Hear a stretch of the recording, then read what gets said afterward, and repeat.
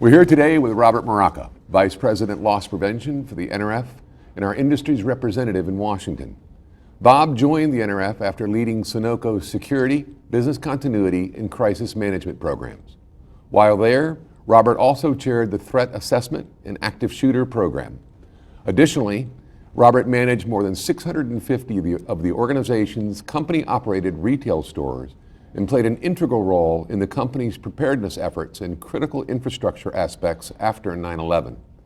At the NRF, Bob is responsible for directing all of the loss prevention initiatives, including the NRF Protect Conference and Expo, which we're here today at, the LP Advisory Council, and the NRF Investigators Network. He also helps lead the industry's advocacy efforts around increasing the awareness of retail loss prevention and asset protection issues, including cybersecurity, organized retail crime, active shooter issues, workplace violence, and disaster preparedness. Bob has an MBA Business Administration Economics from St. Joseph's University, Irvin Hobb School of Business.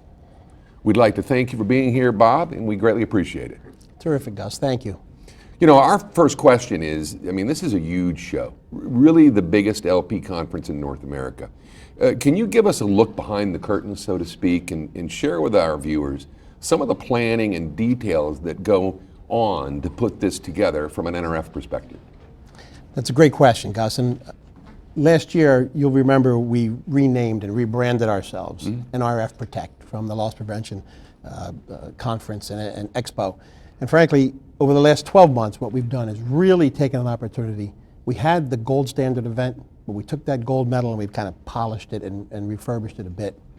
Some of the things we did hundreds of interviews of LP executives and professionals, and not just the executive level, I should say, at every different level.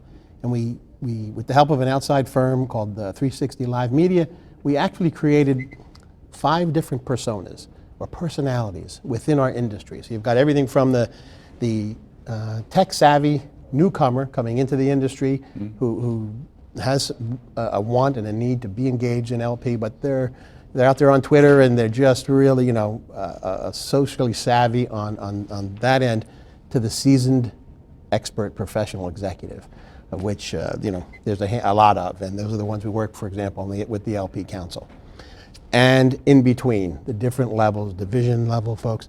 So we created these personas and questioned them about why do they come to Protect and why they don't come to Protect, and what kind of education are they looking for, what draws them to the event. And frankly, it really opened our eyes to how we marketed this entire program. So instead of just marketing to one group or one session, we've strategically marketed to different groups based on those personas. And the proof is in the pudding. And frankly, I'll give you one example, for example. We for the first time, we're reaching out to the more entry-level individuals, and we call it the emerging leaders. We've had an emerging leaders boot camp this year. It's the first time we ever offered anything. I think it's the first time in the industry. And frankly, we sold it out. It was pleasantly surprised, We had over 110 folks attend that, and they got that, so it was like an academy, if you will, an LP academy with 6 different disciplines being taught by experts in the field through our volunteer community, and it was just well received. They also got to sit in an executive or an emerging leaders luncheon where they sat with an LP executive, not their own, so they could sit there and begin a networking process of what they want to be and how they want to get there, and really learn how the LP execs got to where they are. So we had just had the Women in LP luncheon. We had 130 people at the luncheon. It was incredible. The most we've ever gotten before was probably 60 to 70. So. And you doubled it. We did. We doubled it. So it's a good profit margin, as I call it, from the retail side. But it's just been a good event. Overall, I'll tell you, we're up on retailers over 30%. Fantastic. From last year. And what do you attribute the growth to? My first year was a long time ago when there were like 400 participants. Sure. And over this period of time, which is a long time, now last year was close to 3,000, and this year with 30% increase in the number of retailers here and such. What do you attribute the growth to? I think it's the strategy of reaching out to those different personas. I think the homework that we did, the rebranding, the marketing too for this event. This is a serious business. LP's always been a team sport, Gus, as you know. And frankly, the advertising for this was a little more intense, you know? And it came across, you know, we're going to be there, we're going to be there. How about you? And we used our keynote speakers, Rourke Denver and Commissioner Kelly, in the advertising to say, hey, this is a serious business. There's even the one advertisement had a picture of a kind of a hooded guy with all the electronics going by him for the hacking and the cyber stuff. So we just, instead of having that like picture of the lovely city of Long Beach, which is a beautiful city, we added an intensity level that the industry really does have. You know, this is a serious piece of the business. Well, and you gave them detail behind it in what you're going to deliver. Correct. So at all those different levels, and I think that was the draw. And Right. that was the draw. Right. And we think we've made it economical, we've hit the right price point, and I think people got excited about the new brand and to come out and see what we have to offer. And now I feel very comfortable we're delivering on that promise. Excellent. You know, in keeping with that theme of staying relevant to the industry and driving value, and with all of the recent events, data breaches, cybercrime, identity theft, there's certainly a need now in the industry for the LP executives to be more digitally driven and knowledgeable. I mean, how do you see that impacting the future of LP? How does it impact the profile of tomorrow's senior LP leader? And does that lead us to the name change from NRF Loss Prevention to NRF Protect? It does. It does. And an example, you know, if you look at what we do at the heart of what we do, we do protect. You know, it's not just the profits that we protect, or we really protect all of retail now. The executive protection, it's cyber, if you will, the bricks and mortar, the online component now, which is expanding, the fraud, the anti-fraud.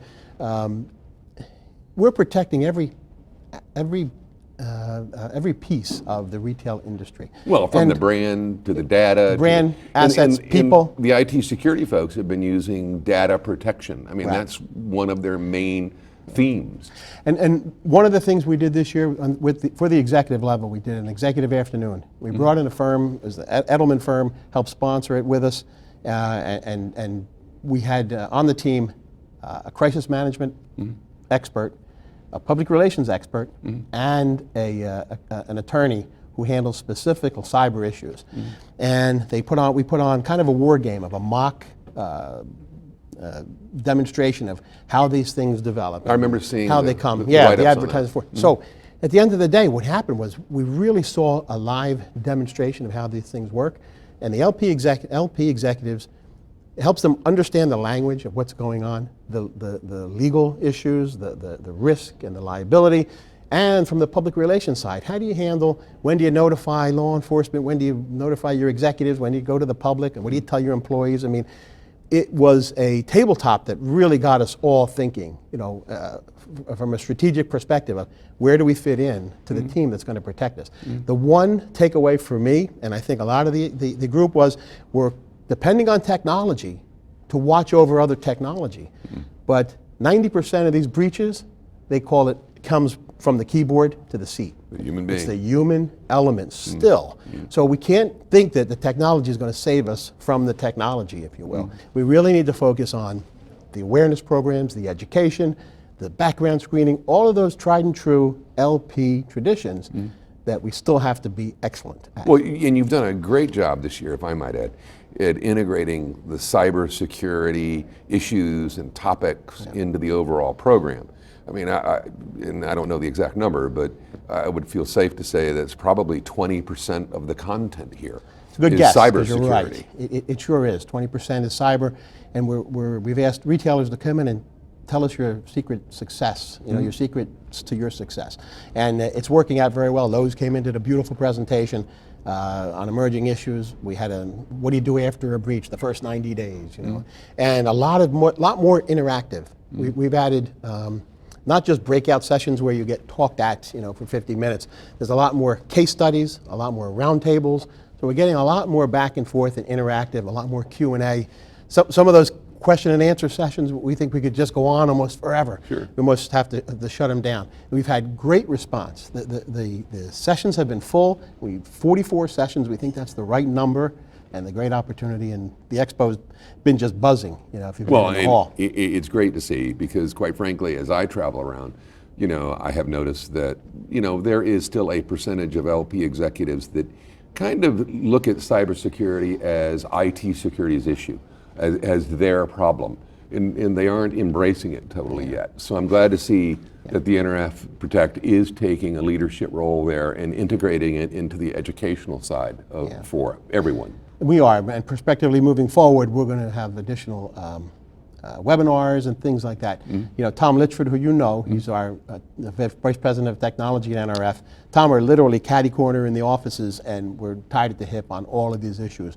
When I go to Homeland Security to talk about the physical security and active shooter things, he comes with me. When we go to look at Cyberstorm, which is going to be the new tabletop, nationwide tabletop, they're going to be, I think it's going to be next February, I'm with him. So we're learning each other's side of the business, and I think the LP executives at every level are doing the same thing. We have to be engaged and before an incident takes place. So when it happens, you've got the game plan. There's that old saying, hey, when the shooting starts, the plan is actually useless, but the planning was invaluable because everybody knows who everyone is, and now you're at least on the right path, on the same path. So. Well, and it seems like it's just gone into hyperspeed the last 12 months. It has. And it's great that there's leadership out there, definition, that there's training, education, and people are getting involved. So that's a wonderful thing.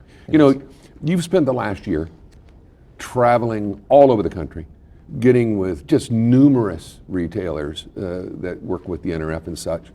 What would you say are the top 2 or 3 major concerns they have from an LPAP perspective, in how did that impact the sessions at this conference?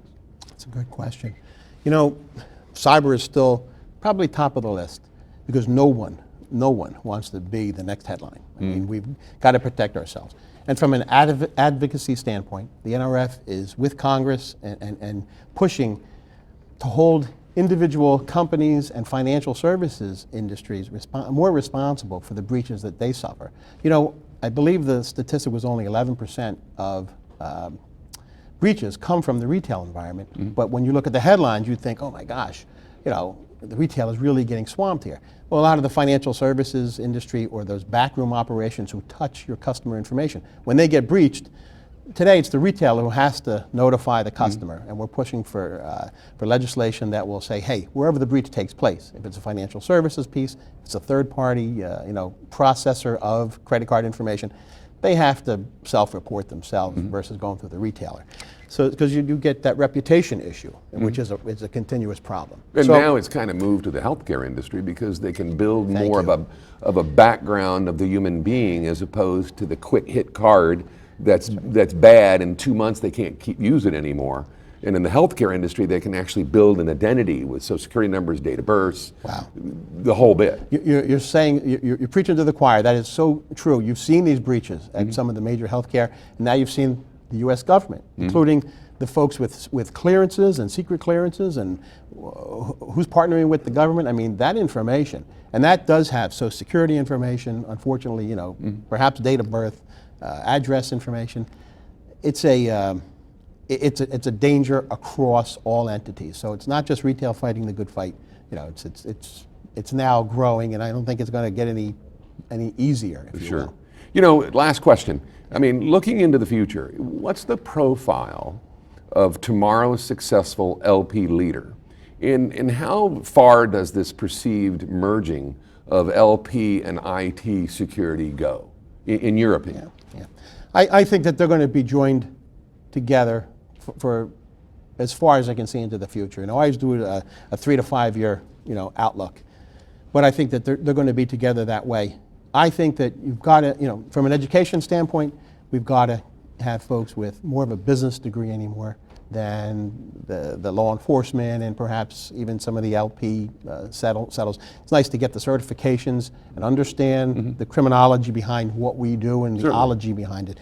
But I think we've got to get more people from an accounting perspective, from a business perspective, micro, macroeconomics, so they can talk the business talk the language of business with the senior execs.